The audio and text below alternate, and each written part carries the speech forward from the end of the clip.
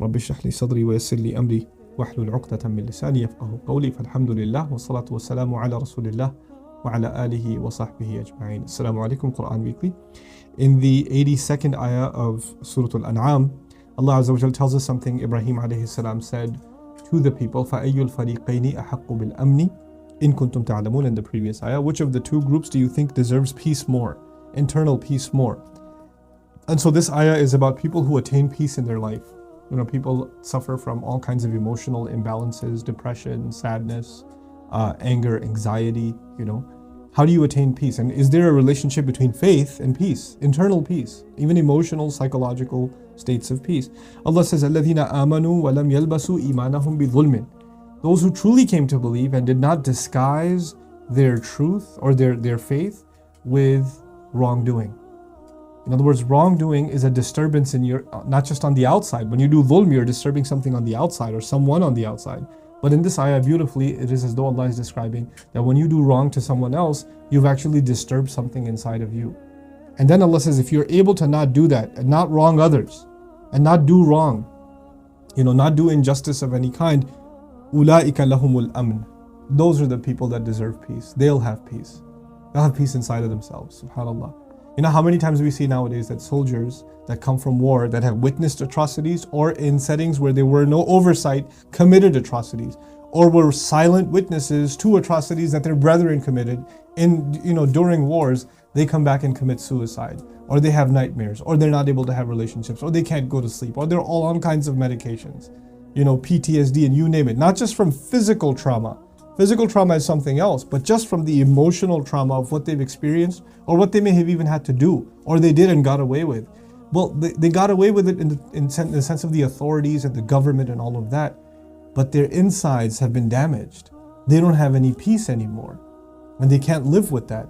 There are people who commit any and all kinds of crimes, not just against other human beings, but people like, you know, for example, nowadays, subhanAllah, there are people that are in the entertainment industry, they're in the music industry, they're, you know, and maybe they're not even the top celebrities, but people that are in a particular kind of industry that has to do with just sinning and just wrongdoing.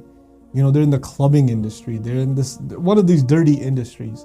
These people have to literally stay on drugs to be at peace because they're terrible to themselves and others when they're not in that state. They have to literally numb themselves away from reality to be able to cope, just to be able to cope, just to be able to deal, subhanAllah.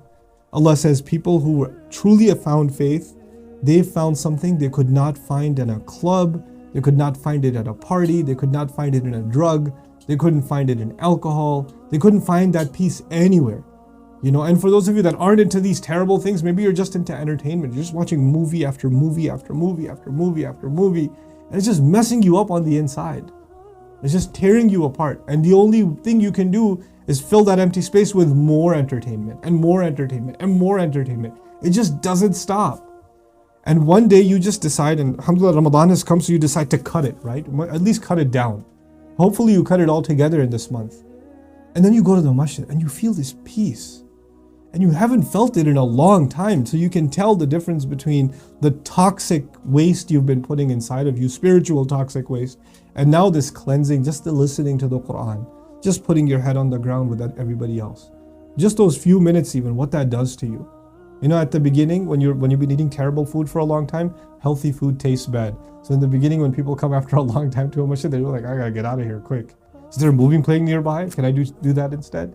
You see a lot of people, young people especially, want to hang out outside the masjid. You know, they're all on their devices. Nobody's at peace. Nobody's sitting calmly. You know, this is what Iman does. It gives you calm. It gives you peace. You're not jittery. You're not disturbed. You're not just constantly in the need for some other fix.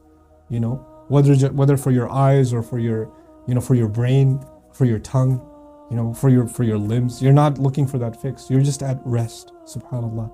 أُولَٰئِكَ لَهُمُ الْأَمْنُ وَهُمْ مُهْتَدُونَ. And they're the ones that are committed to guidance. In other words, Allah is saying that this, without commitment, it's only going to come and it's going to go. You're going to have to show some commitment to be able to hold on to that peace. Allah Azza wa Jal, in another place in the Quran, He says, أَلَا بِذِكْرِ اللَّهِ تَطْمَئِنَّ الْقُلُوبِ. You should know that by remembering Allah, hearts become calm. They become tranquil. They become at ease.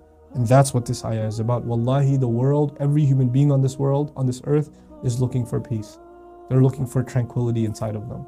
Something is bothering them and they just say to themselves, you tell yourself, if I just had that, I'd be happy. And they put it in different words. Being happy. If I had this much money, I'd be happy. If I got this girl, I'd be happy. If I had this car, I'd be happy. If I had this house, I'd be happy. If I lived here, I'd be happy. If I bought that device, if I had that video game, if I did this, if I did that. We always set these goals and say, I would be happy. And guess what? The ones you set for yourselves before and you said, you'll get there and you'll be happy, how long did it last? And then you moved on to something else that you couldn't find satisfaction in. This is the ayah that Allah Azza wa Jal teaches us through the words of Ibrahim alayhi salam, timeless words, right? If it was true back in the day, it's still true today. SubhanAllah. The people who can truly find faith and they don't replace their faith with wrongdoing. So even if you're Muslim, doesn't mean you have peace. Maybe you're replacing your faith with wrongdoing. You need to stop doing the wrong, cut that out of your life, and Allah will grant you the gift of peace. May Allah make us all the people of peace, and may Allah make us all among al-muhtadeen. Barakallahu li wa lakum. Assalamu alaikum wa rahmatullahi wa barakatuh.